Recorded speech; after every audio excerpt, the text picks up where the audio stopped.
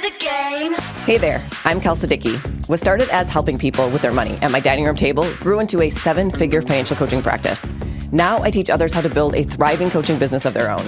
Whether you're just starting out or you've been coaching for years, I'm here to help you make a bigger impact while doing what you love. This is the Financial Coach Academy podcast. Let's dive in. Hey there, Coach. Welcome back to the Financial Coach Academy podcast. So happy to have you here with me today. All right, Coach, if you are ready to break through a plateau in your coaching practice, the Ultimate Growth Guide eliminates the guesswork by revealing the specific steps that actually generate clients and revenue. So no more scattered efforts or wondering what to tackle next. You're going to have a proven system that directs your attention to the strategies that deliver real results. This comprehensive training is now available in both audio and video formats, complete with an actionable workbook for immediate implementation. So financial coaches following this blueprint consistently see dramatic growth, with many expanding their client base by 100% in just a few months. That is amazing. So stop spinning your wheels and start building momentum. You can check out the Ultimate Growth Guide by going to financialcoachacademy.com/Ultimate Growth Guide. I know it's a word mouthful there, but Ultimate Growth Guide, this is really where your breakthrough is waiting for you. All right, go check it out. For those of you who do not know me, I am your host for the day, Jill Emanuel. I'm one of the mentors for the Financial Coach Academy and the lead coach for our coaching business, Fiscal Fitness Phoenix. I've been coaching for nearly a decade, and I'm here to help you develop your coaching skills and expertise. I'm truly privileged and feeling honored to get to sub in for Kelsey while she's been out a bit this summer on her sabbatical. Thank you for joining me. If you've been here for the last few weeks, I hope that you've enjoyed. I've really loved being here with all of you. Before we dive into today's episode, I wanted to share a review that was left on our Apple podcast. This is from JCJCIVHF. All right, so whoever you are, thank you so much for the review. He or she says, Kelsey and her team have produced so many high-quality resources that have moved the needle in my business over the years, and this podcast is at the top of my list. It's so well done and packaged to perfection. Thank you to our podcast producer, Bill, over there. And so many concepts are thoroughly explained and articulated in these episodes. I literally have pages of notes from every episode, and I look forward to listening every week for what I know will be impactful to my growth as a financial coach. Wow. Thank you so much, JCJCIVHF. We really appreciate the message. It's so great to hear that the podcast is making such an impact in your financial coaching business. We really love and appreciate hearing from all of you that the podcast is making a difference, that what we are putting together for you is helping you. If you love the podcast too, please do me a favor. Pause the podcast right now. Pop over to Apple iTunes and leave us a review. Really, you guys, it means so much to the entire team. It helps the business and it helps other financial coaches who are looking for help and strategy with their business and just don't know where to go. It lets them know what's inside, and we really hope that you will share your experience with them. We're so grateful. All right, so let's dive into my final episode as one of your guest hosts. Today, we're going to be talking about your Q&A calls. I'm so excited to dive into this. More specifically, we're going to be talking about where you are going wrong in your Q&A calls. And I know this is, it's so important, right? We want to get this dialed in. We want to be able to nail these conversations. And this topic I chose because I've seen it several times in our Facebook group, in the mastermind, where coaches are saying sort of the same thing. They're saying, I had this great Q&A call that got booked. The conversation went great. And then afterwards, it was crickets, right? They didn't get an answer on the call. They left it for follow-up later, and that person ghosted them or just fell off the face of the planet. Does this sound familiar? I'm curious. You hang up. You're thinking you really connected with that person. They'd be so great to work with. You know you can help them. but then it's silence, right? It is so frustrating. And you're really left wondering what went wrong, right? Why didn't they say yes? Did you miss something? So let's break down what is actually happening. And then we're going to talk about how you can turn these calls into confident yeses instead of dead ends. All right. So mistake number one is that you are actually coaching on the Q&A call. This is one of the most common mistakes that I see happen. It's very easy to accidentally fall into coaching mode when you're having a conversation with a potential client. You genuinely want to understand what's been happening with them and their money, but if you aren't careful, you can find yourself very easily dropping into coaching mode. You start asking them more questions to learn about their life and their money, what's been happening, what they've already tried.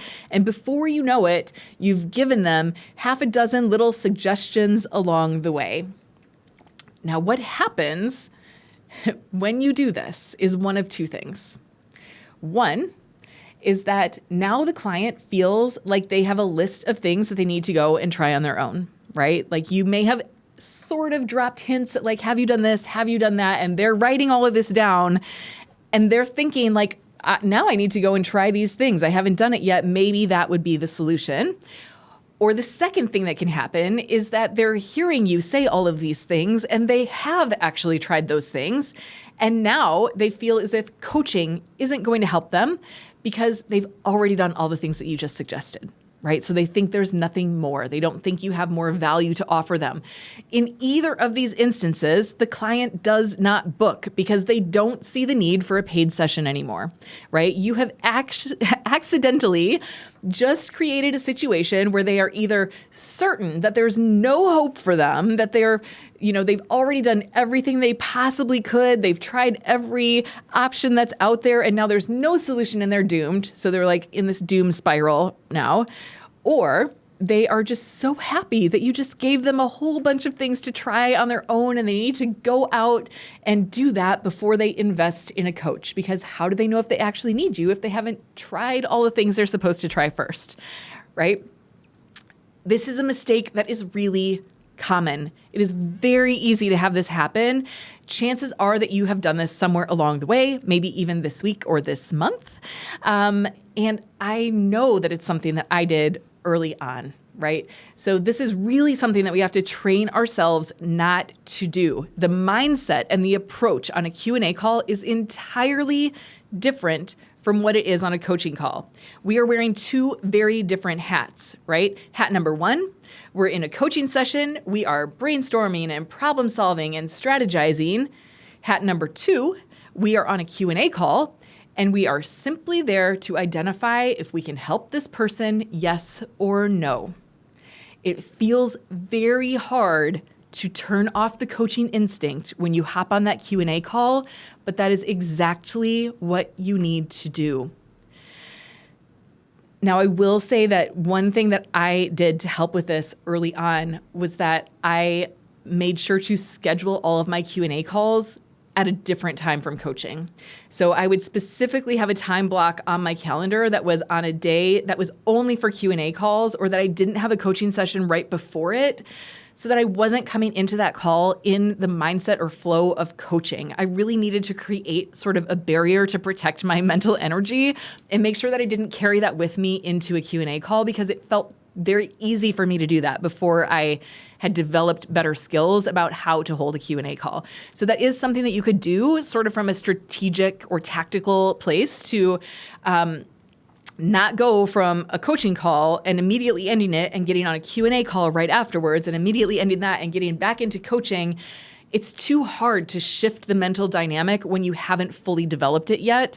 And so try to create some space. Try to always create a buffer of time, if, at the very least, between a coaching session and a Q&A session, or try to create a whole block of time where you take all of your Q&A calls in a 3-hour period on Tuesday afternoons or something like that, for example, so that you are in the mindset of doing Q&As and not in the mindset of coaching. All right. So one thing that I hear from a lot of newer coaches is they will tell me But Jill, I was taught that I'm supposed to demonstrate my coaching on the Q&A call because most people haven't experienced it before, and this is how they get to experience my coaching. And I think that this philosophy may be true in other coaching spaces, right? So if you had training in life coaching, it may be true in the life coaching arena. But I would argue that in the financial coaching space, it typically does not work the same. In the financial coaching space, most people have reached out because they've already researched everything they can. I mean, there's so much financial information out there. They've likely tried a lot of things on their own. They've maybe been trying to overcome this specific challenge for years on their own already, which is definitely something that I see with a lot of the clients who come through to us at Fiscal Fitness, where they say, gosh, I've been trying this, but these same patterns keep coming up. It's been years and years of going in and out of the same cycle. So they know something about finance, personal finance. They've been researching it. They're into it already. And they've reached a point where they are just so desperate at this point to know if they can find help or not. By the time they reach out to us as, seeking help from a financial coach, they really are seeking understanding. They are seeking validation. They are looking for someone to say, I know how to help with this. And I think that if you take them down a path of like demonstrating some aha and coaching versus very clearly getting to the point of like, I can help you with this and being confident and direct in that, you kind of lose them or frustrate them a little bit. They typically don't really know that what they're looking for is coaching, right? Which I think is the difference. I think when someone reaches out to a life coach, they understand that they're looking for coaching. I think when someone's reaching out to a financial coach, they are looking for a financial solution to a problem, and they don't really know what coaching is, but they don't really care either, right? What they want is to know that you can solve their problem. And so I do think that this is one area where we want to actually be careful not to coach on this call, that the Q&A call is not for the client to experience coaching. It is truly there for reassurance, one way or another, that you can help them solve their problem. So they typically don't care how you solve it. They don't typically care what the process looks like. They just want it to be solved, and they want to find a person that can help them do it. So I want you to keep that at the forefront of your mind as you think about Q&A calls. The entire purpose is to help them determine and to see that yes or no, you can help them solve their problem. All right. So in most cases, it works best to keep the Q&A call very brief, where you're learning about their situation, and then you are simply confirming yes or no, I can help you. If the answer is yes, then you can help them to book the coaching session from there. We'll get to that a little bit later here on this episode. If the answer is no, I can't help solve that, you can try to make a referral or send them, some additional information or point them in the right direction, okay? But remember that if you start coaching on this call, they're either going to feel as though they have a list of things they need to go and do on their own, or they're going to feel as if you can't really help them because the things you suggested are what they've just tried, and they feel as though there's no hope for them at all, and they're very discouraged or frustrated. All right, let's talk about the second mistake that I see very commonly happen on Q&A calls. Both of these usually happen in tandem, just so you know. The second mistake is that you are overselling or over-explaining, all right? So let's talk about what I mean by this. What I mean is that when a client starts asking about your coaching, you start talking about everything you can do, right? You give them way too many details, way too much information. You talk about all sorts of things that don't actually relate to their specific situation or specific question. And this results in the client or prospect disengaging from you. They feel very unheard, uncertain that you're the correct person to help them. And they usually are like, oh, I don't know, I need to think about it, and sort of like disappear. Okay. Let me give you an example of how this might look. So let's say that you have a Q&A call, and the person on the phone tells you that they really need a plan to get out of debt. maybe they say that they get bonuses from work and they always wind up needing to use their bonus to pay off the credit card debt that they've just accrued over the last several months. All right, so this is the scenario, right? Person in debt has to keep using bonuses just to pay off the debt they racked up.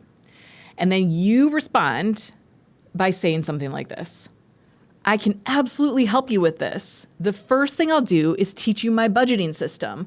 But then we're going to really want to get you clear on your why and your vision for the future. I have an exercise that I can take you through. So we'll get really clear on that, because any plan we create won't work unless we have this clear vision of where we're headed first. Then I'll do this in-depth look at all of your spending, and I'll provide you a list of all the places that you can cut costs and reduce spending so we can free up as much money as possible to put towards your debt. And then once we have all this figured out, if you want more help, I have a 3-month coaching program, and in it, I can really help you to get this entire system set up and implemented, and we can start working on some of those bigger picture things like your net worth and planning for your kids' college, and even coming up with your plan for financial independence. Whew. Talk about overwhelm. Okay, I know this is an extreme example. You probably don't sound quite like that, but I just really wanted to paint this picture that it's really easy to give way too many details, right? Like everything that I talked about there, it had nothing to do with like what they actually were talking about. It was just everything that I could think of that I was like, ooh, this is cool, and we do this and we do that, and I can help with so many different things because I'm excited about all of the ways that I can help. It does not help the client to give them all of that information, right? I'm talking about all sorts of things that have nothing to do with the information they have just shared with me. And some of the things that I'm talking about in that example is based on assumptions that I don't actually have the answer to.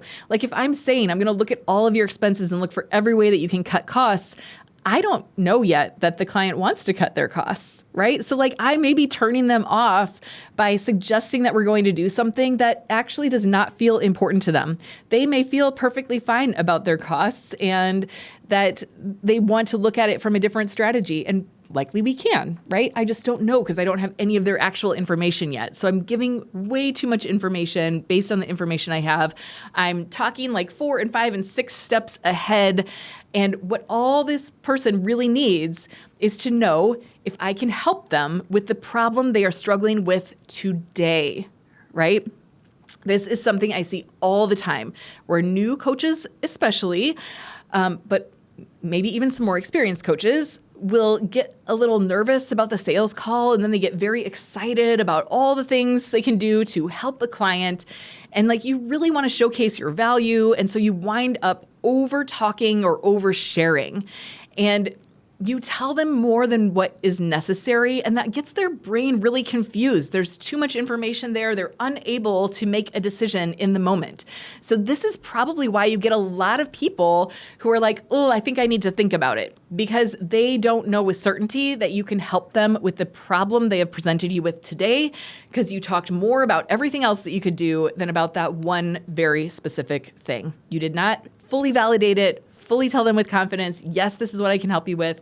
And now they are in a confused state of mind and they can't make a decision, okay? So think about this client who just had told you on the phone that they're struggling with debt and they have fluctuating income with bonuses that impact their debt. And then you start telling them about how you're going to look for every opportunity to cut costs. You're going to be working with them for months to put a whole system in place, that you're going to be talking about things like financial independence and planning for their kids' college. This is why they shut down, okay? You have not addressed the problem. You have not stated the fact that you can absolutely help them break this cycle of being in and out of credit card debt and working with their fluctuating income. You went too far to the extreme. So this is really a place where we can improve, right? So I wanted to talk about this today because I've seen this, I've experienced it personally, and I want you to know how to fix it and how to be more productive in this conversation. So let's talk about what could have made this call a little bit better, right? Like this is one of the points that I really want to drive home to you, is that instead of going down the rabbit hole of describing all of the details about how you can help over the next 3 or 6 or 12 months, what would have been more impactful would have been something like this, Okay. How about if you said, I can absolutely help you with this. It sounds like we need to come up with a plan that allows you to feel confident with your money so you don't need to rely on credit cards between your bonuses. This can be really exhausting to feel like your bonus only ever gets to be used to pay off debt. I have no doubt I can help you with this. Okay. How did that feel? Was that a little bit different? This is how you validate the client and you let them know they were heard. You talk only about the problem that they have expressed to you, right? So notice, I've said actually twice at the beginning and at the end, I can help you with that. I can absolutely help you with this. And then we talked about, I'll come up with a plan to help you feel confident with your money so you don't need to rely on credit cards between your bonuses, because that is the problem they are struggling with. They said they keep racking up debt, and then when their bonus comes, they have to pay it back off. Wouldn't it be nice to use your bonus for something besides debt, right? And then I've validated them by saying it can be really exhausting to feel like your bonus only ever gets used to pay off debt. You're validating their feeling and their experience. You want to just hear them, let them be seen, let them be acknowledged. Let them know that you get it, right? What they're going through. This is how you let the client know that you are the right person to help them. All they really wanted to know on this Q&A call is if you can help solve this problem, and it is your responsibility to communicate that. So when they tell you their biggest concern is wanting to break their debt cycle so they can stop using their bonus to pay off debt, it is not your job to tell them every possible thing you can help them with in the coming 3 to 6 months, but simply to reassure them that yes, this is a problem you can solve.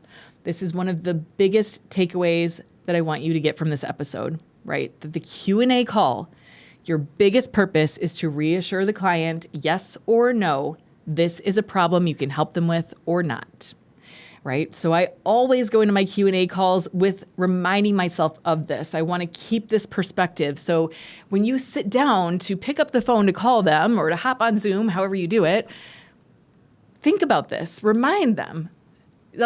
Tell yourself, give me the words. Let the words come to me that help me convey how I can help them. Really hold on to that. That is your only purpose, is to convey that you can help them, or like I said, or not. If they're not a great fit for what you do, you want to refer them elsewhere to the help that they can get. But your job on this call is not to sell yourself. It is not to convince the client. It is not to prove your value. Your job on the Q&A call is to learn about the client and what they're experiencing with their money, to hear what their major problem is that they want solved, and then clearly communicate, yes or no, this is something I can help you with. That is all they want, okay? So this is why they are there in the first place. This is why they took time out of their day to hop on the call with you, is to find out if you can help them with this problem. It is your responsibility to communicate this, all right? So let's recap the two major shifts that you want to make on your Q&A call. Is number one, you're going to stop coaching on the Q&A call. No more coaching. We're not going to offer strategies or solutions. You are there to assess their fit and not to fix the problem on the spot. And then number two is you're going to stop overselling or over-explaining. You're going to focus only on the specific problem that they have communicated to you. You're going to reassure them that you can help them with that and not talk about everything under the sun. Okay, so those are the two big things I want you to think about. I also, when I've coached other coaches about this, and we start talking about the Q&A call in itself, and they're used to maybe coaching on that call, I know that one thing that typically comes up is how long the Q&A call should be. And I really believe that the Q&A call should only be about 15 minutes. And I hear from coaches all the time that will tell me mine is 30 minutes or it's 60 minutes or sometimes it's an hour and a half. And they're like, how do you get it to be shorter? I just get into the conversation and before I know it, a whole hour has passed. This is, for one, you're not leading the call when it winds up being that long most typically, or you're doing the things that I just talked about. You're coaching on the call, you're overselling, you're over-explaining, you're not confidently leading them down a path. You really want to try to keep it concise because the only thing that you're there to do is to tell them yes or no, you can help them solve that problem or not. And if they agree that it's good, then you want to book the session with them. All right. So it should not take more than 15 minutes to get to that point of yes or no. The only time it takes longer is when they say, this sounds great. How do we get started? Then you're going to need some more time to actually get them scheduled. So I do recommend having a time block on your calendar, probably block for 30 minutes, but set it up as though the Q&A call is 15, right? So when you hop on the phone with them, you'll say, hey, I have you on my call for, on my calendar for a Q&A call today. Do you still have about 15 minutes free today? That way they are prepared that this is a brief call. This is not an hour-long conversation about their money. And then, like I said, if they are a yes, then you will move into actually booking the call with them at that point. All right. If you are curious more about how to lead that conversation, how to book that call, what the steps are, check out the Ultimate Growth Guide, you guys. I talked about it at the top of this episode, but the Ultimate Growth Guide guides you through every single step of prospect, networking, how to get them on the Q&A call, how to handle the Q&A call and booking, how to do the prep work, how to lead your first discovery session. It truly is a roadmap that leads you all the way through the client journey with steps and a workbook to go along with it. It'll give you a lot of those details if you're feeling uncertain about how to confidently do it. I highly recommend checking that out. So again, that's at financialcoachacademy.com/ultimate growth guide. You can go check that out. But let's do a final recap of what we covered today. Okay, we're going to wrap this up. So your reminders for today is that your Q&A call is not a coaching call. They are two very different things. You wear two very different hats. You can practice to learn how to approach them differently by really using your time strategically and blocking out different sets of time where you do your Q&A calls so it's not intermingled in your coaching time. Remember that you're not there to impress them. You're not there to sell yourself, to show them all that you can do. You are really there on the Q&A call to assess their fit and if you can help them or not. You want to confidently reassure them that you can help with their biggest problem and stay focused on what it is that they need to hear, not on everything that you know how to do. And then don't leave the call open-ended. Keep it to 15 minutes. And if they are a yes, book the session right there. Keep it short. 15 minutes is plenty of time to get to the yes or no, I can help you with this. And I promise you, if you make these simple changes, your Q&A calls are going to convert more effectively. You're going to get through to those prospects to let them know they're in the right place. They're going to be much more excited to take action rather than leaving you hanging in limbo, right? So that's all I've got for you today, Coach. I hope this was super helpful. I would love to hear from you. If this helps you with your Q&A calls, please drop a comment and let me know. And thanks for hanging with me these last few weeks. I've had so much fun being here and subbing for Kelsa. Can't wait to see you next time. Bye-bye. That's all for today. If you're ready to grow your own financial coaching business, head over to financialcoachacademy.com for helpful resources and tools. If this episode helped you, hit subscribe and leave us a review. I'll see you next week.